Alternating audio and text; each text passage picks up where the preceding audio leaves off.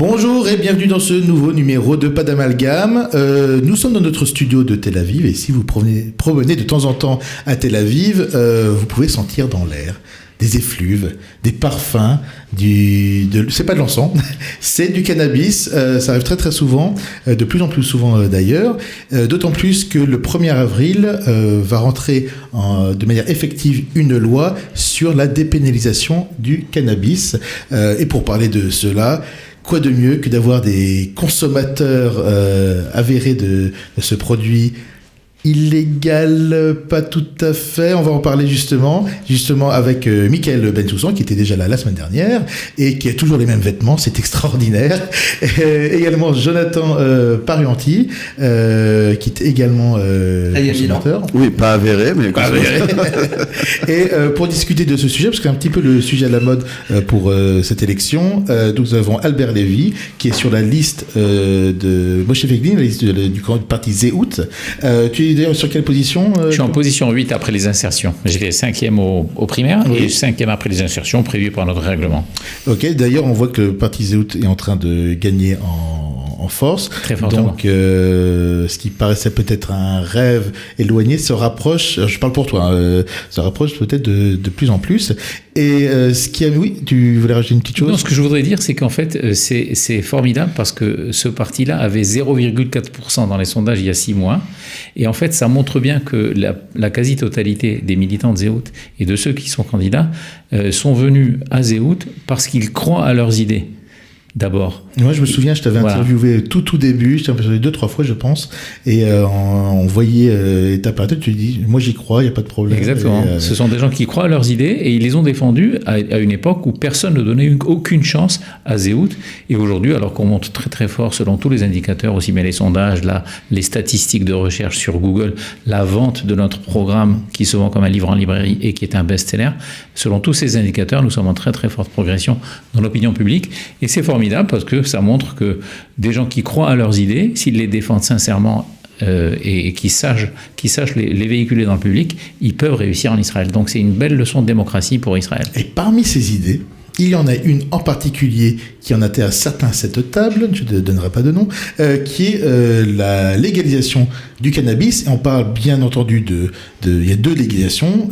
Une qui est déjà en partie effective en Israël concernant le médical, mais qui est très mal appliquée pour le moment. Et l'autre partie qui concerne le récréatif. Alors on va simplement dire ce qui se passe actuellement en Israël par rapport au récréatif. Donc il y a une loi qui a été votée en 2018 concernant la dépénalisation. Et qu'est-ce que cela veut dire ? Si on se fait attraper avec une première fois avec de quoi satisfaire sa consommation personnelle, on a une amende de 1000 shekels. Une deuxième fois, on est à 2000 shekels. Et si on se fait attraper la troisième fois, il y a une sorte d'accord qui peut se mettre en place avec la police. Ce qui fait dire d'ailleurs aux militants pro-cannabis en Israël que ce n'est pas vraiment une vraie dépénalisation qui va se mettre en place. Sachant que de manière effective, moi ça fait 22 ans que j'habite en Israël, il n'y a jamais eu de contrôle à la fouille comme il peut y avoir en France où on peut se faire fouiller par des forces de l'ordre dans la rue. En Israël, ça n'arrive pas. C'est-à-dire Ce qui est même étonnant, c'est qu'on voit dans les bars, sur les terrasses, les gens en train de... les gens fument leur pétard, c'est Amsterdam, Tel Aviv. Tel Aviv particulièrement parce qu'on y habite et parce mais Jérusalem, c'est pas, ils ne fument pas moins à Jérusalem qu'à Tel Aviv. En réalité, tout le pays fume. C'est la plus grande hypocrisie de l'histoire en réalité et d'ailleurs en France aussi c'est un petit peu la même histoire, la même affaire. Tout le monde fume. Et d'ailleurs, ce qui est intéressant, c'est qu'on regarde sur l'ensemble de l'échiquier politique, il n'y a pas vraiment d'énorme opposition par rapport à cela, mais en revanche, c'est vrai que le parti Zehut a mis cela en avant, et d'ailleurs, je pense qu'elle doit un petit peu les énerver, c'est l'idée qu'on a l'impression de focaliser toute la campagne de Zehut sur les cannabis. Il faut savoir qu'il y avait un parti qui s'appelait Alei Yarok, il y a lors des dernières élections, qui n'ont jamais eu de succès. Ils n'ont jamais eu de succès, qui militaient pour ça, c'est d'ailleurs leur seul point de programme. Juste sur ce point-là, est-ce qu'il n'y a pas une frustration chez Zehut ou au contraire on se dit on va surfer sur la vague, que toute la campagne se focalise sur ce point-là? Alors, disons qu'il y a 2 aspects. Le premier aspect qui est effectivement frustrant, c'est qu'en fait, il y a peut-être 4 pages ou 5 pages dans notre programme qui fait 344 pages sur la légalisation du cannabis, alors aussi bien médical que le cannabis récréatif, et on parle beaucoup de ça, et on parle peu des autres aspects de notre programme qui sont extrêmement intéressants dans le domaine de l'économie, dans le domaine de l'éducation, dans le domaine de les relations entre l'État et la religion, etc., qui sont extrêmement intéressants. Ça, c'est dommage, c'est sûr. Par contre, ce qui est très bien pour nous, c'est que grâce au bruit qui est fait avec la légalisation du cannabis, ça attire beaucoup de gens qui disent « Ah bon, mais qu'est-ce que c'est que Zéhout ? Mais qu'est-ce qu'ils ont à proposer ?» Et les gens commencent à se poser des questions, à aller sur Internet, à acheter notre programme qui se vend comme un livre en librairie, que je le disais tout à l'heure, c'est un best-seller. Et ils se disent « Mais tiens donc !» Ils ont des idées intéressantes dans beaucoup de sujets. Voilà un vrai programme politique. Hein, pour comparer, le Likoud n'a pas de parti. Ils n'ont pas de programme du tout. C'est-à-dire le programme. C'est un lapsus intéressant. Ils n'ont pas de parti. Ils n'ont pas. C'est un lapsus intéressant.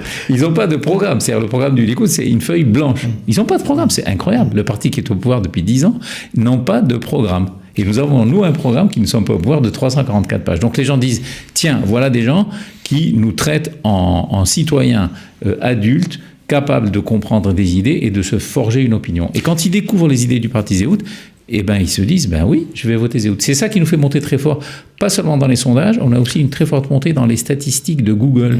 La recherche de l'expression Moshe Feiglin ou Mifleget Zéhout, le parti Zéhout, est en très forte hausse.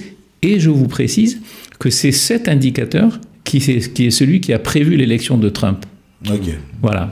Juste par rapport à ce point cannabis dans le programme, est-ce que ça n'a pas été également un point intéressant pour adoucir l'image de Moshe Feiglin, qui est une image de quelqu'un de droite dure, etc. Est-ce que ça n'a pas été une manière également de pouvoir dire, voilà, il y a des choses peut-être un petit peu plus subtiles ou Non, pas du tout, si vous voulez. Pas du tout pour deux raisons. La première, c'est que Moshe Feiglin est quelqu'un qui est très fondamental. Quand il s'intéresse à un problème, il va vraiment au fond des choses avant de se faire une opinion. Et son opinion, son intérêt pour le cannabis a été attiré par des problèmes personnels que je ne veux pas attirer ici, parce qu'effectivement, ça relève du domaine privé, mais il a eu des gens dans sa famille très proches qui ont été malades et qui avaient besoin du cannabis, et donc il s'est rendu compte de la bureaucratie infernale auquel était confronté. Juste par rapport à ce point-là, lorsque l'on a des besoins de cannabis médical en Israël, c'est un véritable parcours du combattant. C'est-à-dire qu'il faut vraiment avoir 35 000 accords de médecins sur certaines maladies très précises, etc., pour pouvoir avoir accès au cannabis médical. Oui. Tu me fais penser justement à ce parcours du combattant. J'ai ma grande sœur qui malheureusement a contracté la maladie de la sclérose en plaques et qui est donc soumis à un traitement de médicaments donc assez lourd, et on lui a conseillé de partir donc sur un traitement à base de cannabis qui serait beaucoup plus léger, avec beaucoup moins d'effets secondaires. Effectivement, c'est un vrai parcours du combattant apparemment pour y arriver. Oui, la sclérose en plaques fait partie de ces maladies, comme la maladie de Crohn, certains cancers également. Donc, dans le programme de Zéhout, est-ce que l'on veut accéder à une légalisation comme il y a actuellement en Californie, comme il s'est arrivé également au Canada? Ça rentre dans le cadre également, au-delà des parcours personnels, de l'idée ultralibérale, on peut dire d'ultralibéralisme pour le programme de Zéhout, et ça rentre un petit peu dans ce cadre-là, parce que lorsqu'on lit le programme de Zéhout, en gros on veut faire péter tous les... Non, l'exagérons. Je dirais qu'on a un programme libéral, ultra-libéral. C'est peut-être caricatural. Non. Et je pense que nous voulons procéder à une légalisation responsable. Nous sommes parfaitement conscients que le cannabis peut avoir des effets mauvais, en particulier pour les jeunes. Donc pour nous, c'est marqué noir sur blanc dans notre programme qu'on n'acceptera pas de légalisation du cannabis avant l'âge de 21 ans, parce que le cerveau est en train de se former jusqu'à cet âge-là. Donc il ne faut pas consommer du cannabis avant. Et c'est l'un des avantages de la légalisation, parce qu'aujourd'hui, comme on l'a vu d'ailleurs la semaine dernière, quand il y a eu une arrestation de trafiquants, ils vendaient du cannabis à des mineurs. Et ça, vraiment, c'est dramatique. Il ne faut pas le faire. Ça doit être 21 ans minimum. Premier point. Deuxième point, comme ce sont des trafiquants, ils vendaient aussi des drogues dures. Et également à des mineurs. Et là, évidemment, c'est absolument, ça doit être absolument interdit. Voilà. Juste concernant l'approvisionnement, il y a donc il y avait sur Telegram, il y avait Télégrâce. J'ai vérifié ce matin sur Télégrâce. Je ne sais pas pourquoi j'ai ce programme-là, mais bref, ils ont été fermés. Ouais. Donc ça date d'il y a une semaine à peu près. Je crois une quarantaine d'arrestations de 42 trafiquants et qui ont été arrêtés. Et d'ailleurs, juste pour rebondir sur ce que vous disiez. le cannabis qu'ils vendent en général et qu'ils fabriquent est très souvent de mauvaise qualité. Absolument.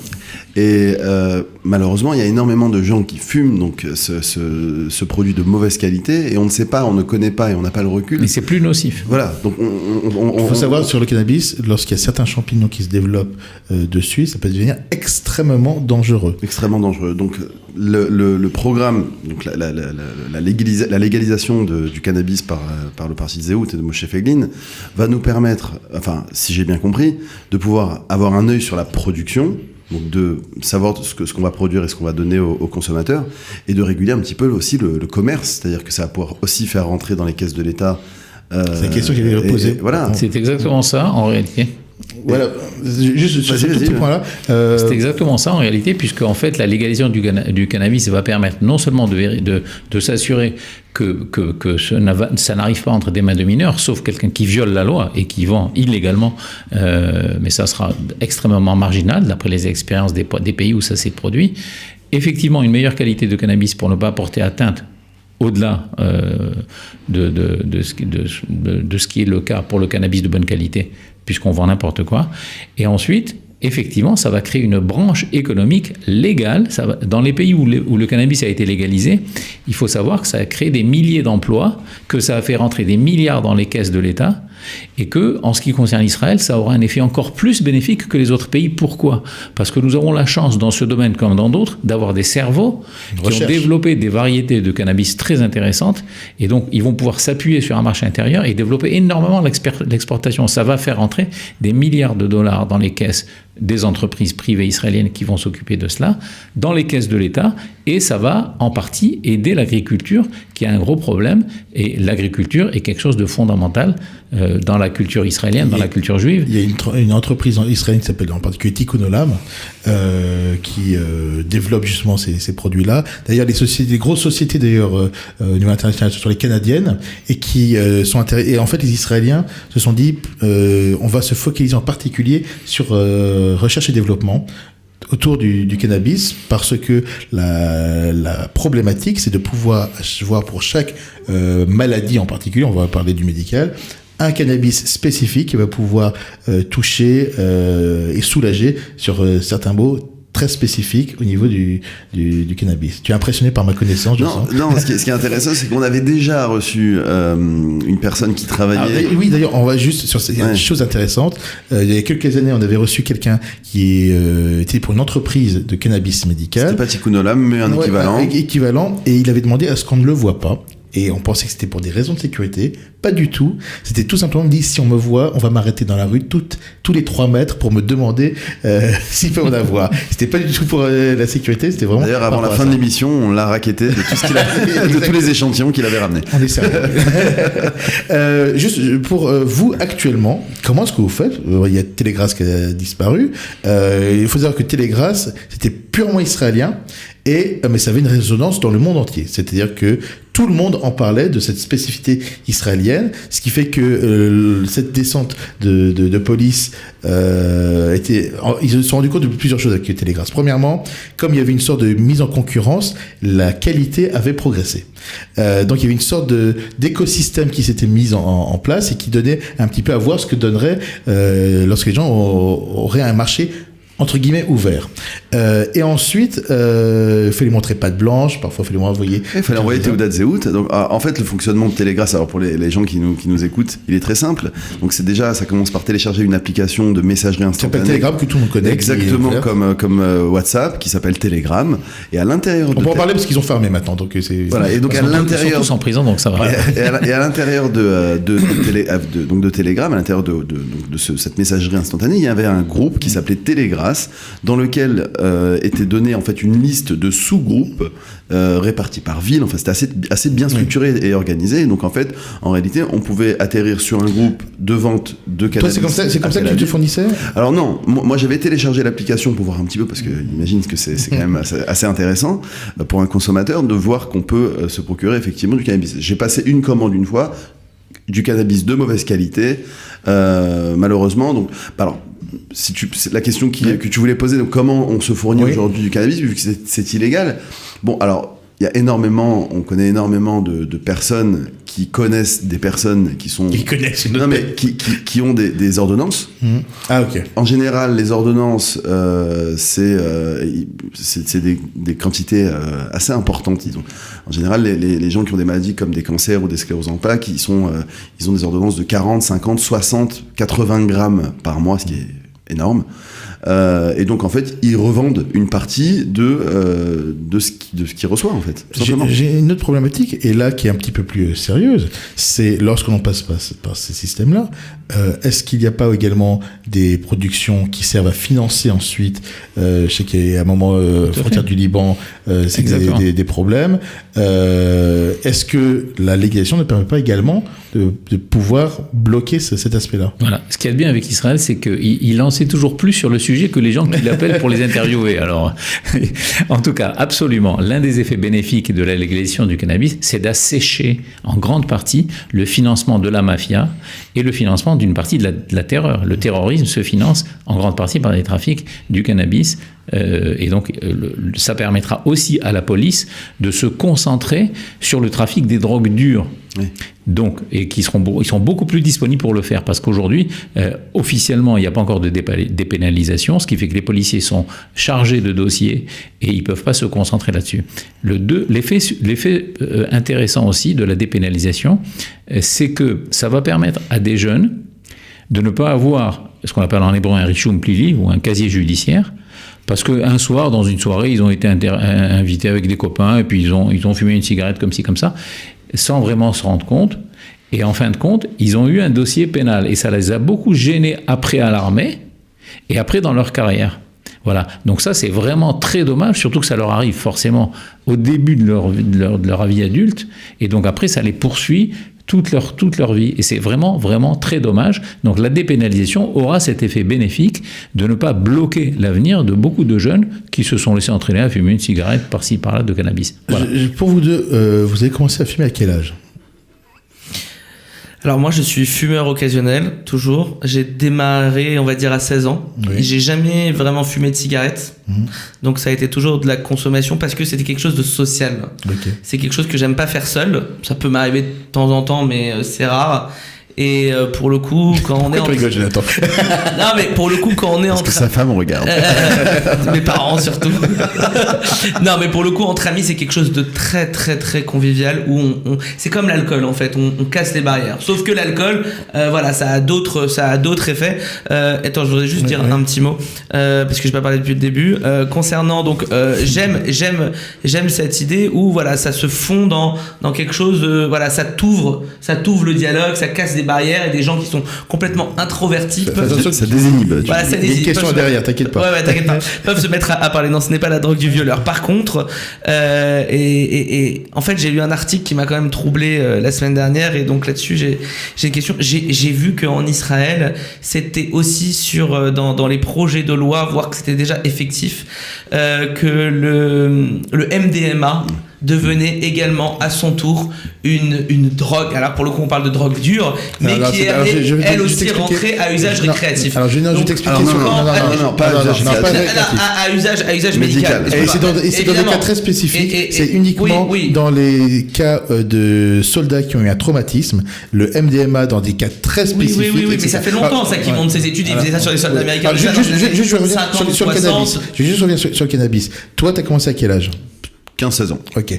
Pourquoi je pose cette question-là ? C'est parce qu'on en parlait, donc ton épouse est médecin, et le programme, c'est pas avant 21 ans. Exactement. Parce que là, on est en train de parler de cannabis, c'est joli, etc. Mais il y a quand même un aspect très sérieux sur les méfaits du cannabis qu'il ne faut absolument pas diminuer. Exactement, c'est pour ça que la légalisation est importante, parce qu'elle permet de bien mettre la frontière à 21 ans, puisque jusqu'à 21 ans, les cellules du cerveau se développent encore, et ça peut porter atteinte au développement des cellules du cerveau de consommer le cannabis avant l'âge de 21 ans, et c'est ce qui aujourd'hui se fait. Comme on le sait, il y a 1 million de consommateurs, dont beaucoup sont des mineurs, et en plus, comme on le disait, ils consomment du cannabis de mauvaise qualité, ce qui est encore pire pour leur santé. En plus de ça, le fait que ce soit illégal fait qu'il y a beaucoup de dealers qui vont à la sortie des lycées pour trouver des clients, et donc forcément ce sont des mineurs, et en plus ça met des mineurs en contact avec des dealers qui sont pas toujours des gens très recommandables, et ça peut les entraîner à des infractions beaucoup plus graves dans d'autres domaines. Donc ça, c'est très important d'éviter la présence de dealers à la sortie des lycées, et la légalisation le permettra. J'ajoute, puisque vous avez posé la question aux deux autres intervenants aujourd'hui, qu'en ce qui me concerne, je ne fume pas de cannabis. Je ne t'ai pas posé la question, Alors, juste moi, parce que ça paraissait évident. Je le dis Eh bien justement, on vous a apporté une petite surprise. Alors non seulement j'ai jamais fumé de cannabis, j'ai jamais fumé de cigarette, et je bois un verre de vin par semaine le vendredi soir. Voilà, c'est tout. Est-ce que tu sens que cette consommation que tu as eue à partir de 16 ans, toi je pose pas la question parce qu'apparemment c'était très occasionnel, est-ce que tu sens justement que ça a eu un effet sur développement? Alors, l'impact du cannabis sur les adolescents est terrible, surtout dans des consommations qui sont importantes. Moi personnellement, j'ai eu j'ai eu des problèmes qui m'ont conduit directement chez le psychiatre. À l'âge de 19 si c'est à l'âge de 19 ans. Trop fumé, parfois on se rend Absolument. pas compte. Au mauvais âge. On a des Au mauvais âge. Au mauvais âge, au mauvais moment, dans la période de l'adolescence où on reste encore un enfant en pleine construction, en recherche de repères, de limites et de beaucoup de choses. Effectivement, comme vous l'avez dit tout à l'heure, c'est un sujet qui n'est pas à prendre à la légère et à prendre très au sérieux. Il ne faut pas fumer avant que le cerveau soit complètement, on va dire, viable, formé. C'est pour ça que je fume. Et ça, c'est après l'âge de 18, 19 ans, 21 ans. Bon, ils l'ont mis à 21 ans, d'accord. C'est l'avis de mon épouse qui est médecin. On respecte. Il faut pas non plus être surdosé, parce qu'on n'a pas le droit d'être ivre dans la rue. On est d'accord? Non, bien sûr. D'accord, on n'a pas le droit d'être ivre au volant. Exactement. D'accord, donc il y a aussi il faut aussi une réglementation par rapport à ça, parce que quelqu'un qui fume 3 pétards parce que c'est légal, dans pleine rue, il faut adapter des tests. Michael, justement sur ça, on parlait de voitures aussi, où on doit souffler. Il y a eu des études qui ont été faites. Maintenant, on commence à avoir un tout petit peu de recul. Donc tout ce qui est Colorado, Nevada, Canada, Pays-Bas, Uruguay. Et puis Pays-Bas, c'est encore un autre cas. Mais sur ces pays, on commence à avoir du recul. Ils se sont rendus compte qu'au début de la légalisation, il y avait une recrudescence d'accidents qui ensuite s'estompait. Donc il y a eu cette première euphorie immédiate. Alors moi je peux vous raconter, il y a ma mère qui est allée en Californie il n'y a pas très longtemps, et quand ça a été légalisé, et elle a pris un bonbon au cannabis. Donc elle m'a dit, j'ai absolument rien ressenti. J'ai dit, est-ce que tu peux me lire le papier s'il te plaît? Elle m'a dit oui, il y avait marqué CBD. Alors il faut savoir qu'il y a plusieurs molécules dans le cannabis. Le CBD n'a pas d'effet psychotrope. Alors juste pour que les gens comprennent bien, il y a psychoactif et psychotrope, ce n'est pas la même chose. Par exemple, la nicotine, c'est psychoactif, mais ce n'est pas psychotrope. Et psychotrope, c'est quand on voit des éléphants roses. Et le CBD, c'est ce que tu mets dans ta cigarette électronique? Exactement. D'accord. Exactement. Je ne dirais pas où je l'achète. Et donc le CBD, en fait, est utile en particulier pour. Il y a énormément d'études qui se font actuellement sur le CBD, parce que on peut en prendre. Il y a pas, on plaide pas du tout, mais ça peut aider, en particulier dans les cas d'épilepsie, les cas graves d'épilepsie que l'on soigne avec des mélanges CBD, et également avec un peu de THC, et tout ce qui concerne les huiles en particulier autour du cannabis, en termes de médical, sont très intéressants. Voilà. On parlait tout à l'heure par rapport au cadre juridique et du quotidien, comment ça va se passer. Eh bien, aujourd'hui, quelqu'un qui boit un verre d'alcool, il sait très bien que s'il prend sa voiture, il risque d'être contrôlé, et donc il risque de perdre son permis. Eh bien, demain, avec le cannabis, ce sera exactement pareil. Si tu n'as pas le droit de conduire sous l'effet d'un pétard, eh ben, tu prends pas ta voiture. Non, mais tu dois pas avoir le droit de fumer dans la rue, aussi sur la voie publique. Il y a tout un cadre quand même à amener et à poser. Encore une fois, tu te balades aujourd'hui dans Tel Aviv. Que ce soit pas le no man's land. Et je faisais tout à l'heure le rapport avec le MDMA. Sans doute, il y a 20 ou 30 ans, on disait pareil avec le cannabis. Oui, t'inquiète pas, c'est juste en train pour quelques cas de dépression, de ce que tu veux. Et le problème, c'est que on rentre dans une société où les gens veulent toujours plus d'ouverture, toujours plus de liberté. Mais ça fume depuis c'est pas mal. Ça fume depuis toujours, mais Michael. je ne vois pas pourquoi quand on voit aujourd'hui le MDMA, qui pour le coup, on passe 3, 4, 5, 10 stades au-dessus des faits, et que ça commence à être que pour les cas extrêmes, et puis on a s'en rendre compte que... Étape par étape, on verra. MDMA, comme il a dit, c'est un autre sujet. Et en plus de c'est ça, un autre sujet, mais qui vient de la même... ça n'a rien à voir. Ça n'a rien à voir. Qui vient de la même histoire. Ça vient de ce qu'on appelait la drogue douce et la drogue dure. Non, il y a des critères quand même. Il y a un petit peu des critères. Moi, je voudrais rebondir. Il y a un sujet, il y a un point sur lequel je voudrais rebondir, c'est qu'en fait, il faut bien voir qu'Israël, que le parti Zéhout est pionnier en Israël sur ce sujet, mais qu'en fait, l'Israël n'est pas pionnier dans ce domaine de la légalisation du cannabis. Il y a déjà une bonne quinzaine de pays dans le monde, et pas des moindres, la Californie, le Colorado, l'État de Washington, le Canada, l'Uruguay en Amérique latine. Enfin, il y a pratiquement 15 pays, et pas des moindres, qui ont légalisé. Donc, on a du recul. Ce qui est clair, c'est que les effets positifs que j'ai décrits tout à l'heure, c'est-à-dire baisse de la consommation, augmentation de la qualité, pas d'augmentation des accidents de la route et dépénalisation avec tous les avantages que ça a pour les casiers judiciaires des jeunes, etc., etc. Tous ces avantages-là, assèchement du financement de la terreur et de la mafia, tous ces effets se sont produits et il n'y a pas un seul pays, mais pas un seul, parmi tous ceux qui ont procédé à la légalisation, qui est revenu en arrière. Okay. Voilà. Donc ça montre que c'est... Et ça rejoint ce que je voulais dire tout à l'heure au niveau de l'économie, c'est que Israël, en développant son industrie du cannabis dans l'agriculture avec toutes les variétés qu'on est capable de produire, va pouvoir, nous avons devant nous un marché énorme, parce qu'il y a 200 pays dans le monde, il n'y en a que 15 qui l'ont légalisé pour l'instant, et on en parle dans beaucoup de pays, ça veut dire que ce marché va exploser. Et c'est formidable qu'Israël réussisse dans ce domaine économique comme on l'a réussi dans la high-tech. J'ai une question un petit peu plus politique pour toi, avant de conclure.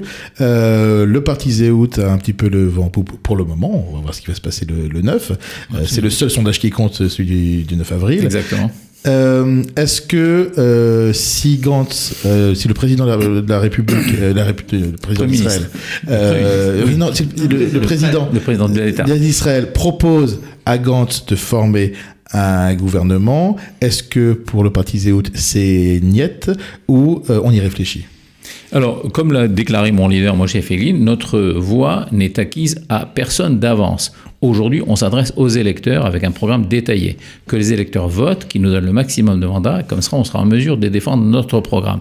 Celui qui nous rapprochera le plus de notre programme aura notre faveur. Et quel ministère vous visez le plus? Parce que c'est comme ça que ça se passe. Les deux ministères que nous visons sont le ministère des Finances, puisqu'on a un programme sur le plan économique qui est très intéressant, parce qu'on veut baisser le coût de la vie, qui est dramatiquement élevé en Israël, et de plus en plus, et personne n'arrive à régler ce problème de façon efficace. Pour nous, c'est le fer de lance de notre programme économique, par l'accroissement de la concurrence et par l'annulation des droits de douane. Ça me rappelle Carlon, ça. Voilà. Et le 2. Ça m'appelle. L'échec a été total, par contre. Oui, c'est vrai. Voilà. Et d'autre part, l'autre ministère qui nous intéresse, c'est le ministère. De la Santé. Non. Le ministère qui nous intéresse le plus, c'est le ministère de l'Éducation, parce qu'on pense que dans l'éducation aussi, il faut faire de la concurrence, accroître la qualité de l'éducation. C'est que les résultats aux examens PISA d'Israël sont en forte baisse, et par conséquent, alors que le budget est en forte hausse, qui montre qu'il y a des milliards qui se dépensent dans les couloirs et dans la bureaucratie et dans l'administration du ministère de l'Éducation. Nous avons un programme qu'on appelle le programme des vouchers, qui permet aux parents de décider librement et pas en fonction de leur adresse où ils veulent inscrire leur enfant. Et en plus, ça améliore l'égalité sociale, puisque ça permet à tout le monde de mettre ses enfants dans une école privée. C'est l'État qui paye. Donc, on a un programme très intéressant sur le plan de l'éducation. De toute façon, vous avez le programme qui peut être acheté. Il est en français, en hébreu, tout à fait.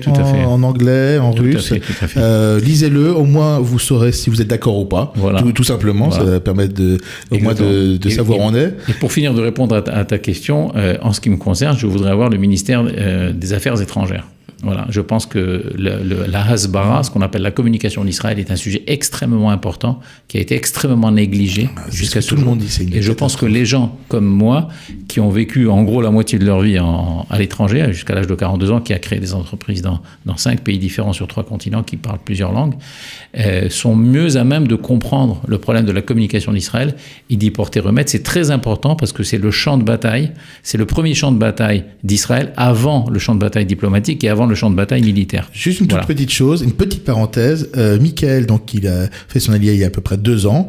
Tu avais quel âge quand tu as fait ton alia? Quel âge? Je sais pas, 33? 33 ans. Tu as fait ton alia à quel âge? 42 ans. Et à 42 ans, quand tu arrivais, est-ce que tu parlais hébreu? Non, enfin j'avais fait la première année de la licence d'hébreu à Paris, à Langso, juste avant de venir. Et maintenant, on peut Donc, dire que tu parles très très bien. Ah oui. Donc tu vois, tu peux y arriver. Tous les espoirs sont permis. Grâce à la fumette ou pas? Arrête la fumette pour ça. C'est à croire que non. Donc voilà, c'est pour dire que oui, on peut arriver à l'âge de plus de 40 ans. Et je sais que tu maîtrises très très bien l'hébreu parce que j'ai vu les campagnes et puis je t'ai entendu parler en hébreu, etc. Donc voilà, tout est possible dans ce pays. Pour la dépénalisation, juste on finit sur le volet politique. Légalisation. C'est la légalisation. C'est le ministère de la Justice qui prend cette décision. C'est une loi qui doit être votée à la Knesset.